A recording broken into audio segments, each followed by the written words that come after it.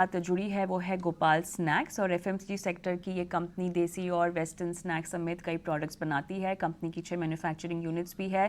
महाराष्ट्र के नागपुर और गुजरात के राजकोट, मुडासा, गुजारा में कंपनी की प्राइमरी यूनिट्स भी हैं। FY23 में कंपनी की कुल आय में अकेले गुजरात का लगभग यहाँ पर जो है 79% हिस्सा था और कंपनी के IPO की लिस्टिंग भी हो चुकी है। IPO से जुटाई गई रकम का कहाँ इस्तेमाल होगा, विस्तार को लेकर क्या योजनाएं हैं और बात करते हैं चुनौतियों की भी। हमारी इस पूरी चर्चा में हमारे साथ जुड़ गए हैं कंपनी के CEO, गोपाल स्नैक्स के CEO राज विपिन भाई हडवानी और साथ ही गोपाल स्नैक्स के CFO मुकेश कुमार सा। आप दोनों का स्वागत है हमारी इस बेहद खास पेशकश में और सवालों का सिलसिला यहाँ पर हम शुरू करते हैं। और चलिए, सबसे पहला सवाल गोपाल जी मैं आप ही के पास लेकर आऊँगी। मुकेश जी माफ़ कीजिएगा, आपसे सवाल पूछना चाहती हूँ क्योंकि ग्रोथ आउटलुक हम जो देख रहे हैं उसमें किसी भी तरह की बढ़त, क्योंकि फ़िलहाल जो है 3% का रेट के आसपास है, लेकिन थोड़ा सा सबड्यूड हमें क्वार्टर भी देखने को मिला है, कम से कम H1 FY24 का अगर हम देखें तो इसमें कोई बदलाव मुकेश जी? आउटलुक पॉजिटिव है।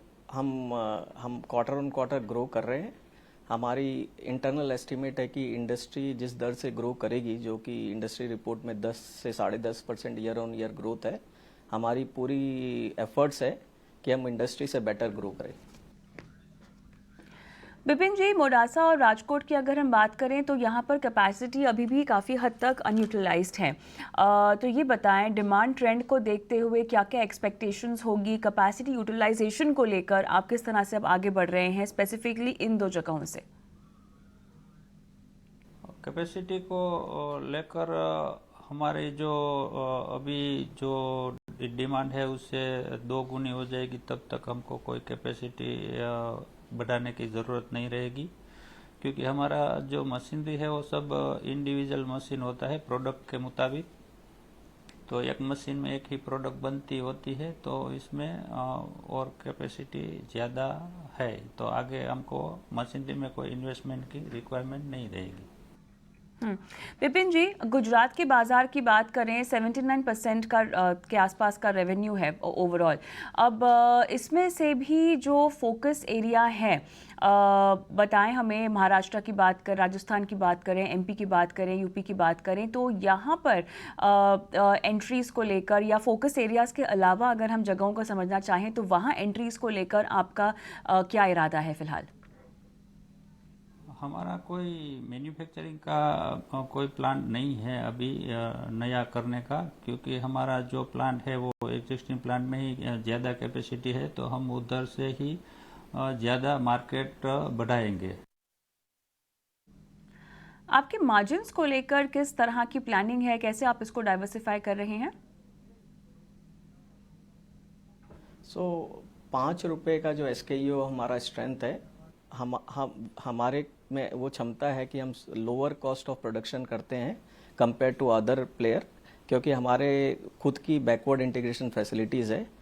डेफिनेटली 5 रुपये की हम डिपेंडेंसी कम करेंगे। इट इज़ नॉट बिकॉज कि हम 5 रुपये से कम करना चाहते हैं, बट बाकी जो SKU है 10 रुपये और लार्जर पैक्स के SKU है, वहाँ पर भी हमारा फोकस है। तो गोइंग फॉरवर्ड जो मिक्स है 5 रुपये और लार्जर पैक के, वो मिक्स चेंज होंगे, बट हम 5 रुपये SKU में मेंटेन रहेंगे और बहुत ही स्ट्रांगली मेंटेन रहेंगे। यहाँ पर विपिन जी की रिस्क अगर हम जानना चाहें तो वो क्या हो सकते हैं आपके लिए, किस सेगमेंट में, और साथ ही मार्केट शेयर अक्रॉस सेगमेंट्स आप कितना बढ़ता हुआ देख रहे हैं? वो जो हम सेगमेंट में है उसमें कोई रिस्क नहीं दिख रहा है, इसलिए कि हमारी जो प्रोडक्ट है वो प्रोडक्ट नमकीन की है, उसको फरसान बोले जाते हैं अभी। तो उसमें क्या होता है कि यह जो छोटा पैक है वो लोग ट्रैवलिंग में जाते हैं तो छोटे छोटे पैक ले जाते हैं, क्योंकि वो उसको खोल के सीधा खा सकते हैं। और कोई भी प्रोडक्ट है वो पैकेट खुल जाता है, बाद में उसमें हवा लगने की गुंजाइश होती है, तो छोटा पैक तो एक बार में ही वो ख़त्म हो जाता है, तो उसको फ्रेश प्रोडक्ट मिलती है। वो हिसाब से सब ट्रैवलिंग में भी उसको इजी रहता है, तो वो हिसाब से ये छोटा पैक तो एवरी टाइम चलता ही रहेगा। तो हमको इसमें आगे कोई वैसा ऐसा नहीं है कि कोई जिसके पास 5 रुपया है वही खरीदता है, वैसा नहीं है। लोग ज़्यादातर लोग मल्टी पैक भी खरीदते हैं, तो वो इजी पैक है हमारे हिसाब से। चलिए विपिन जी, आपका, मुकेश जी, आपका बहुत बहुत धन्यवाद समय निकाला और विस्तार से तमाम योजनाओं पर हमसे बात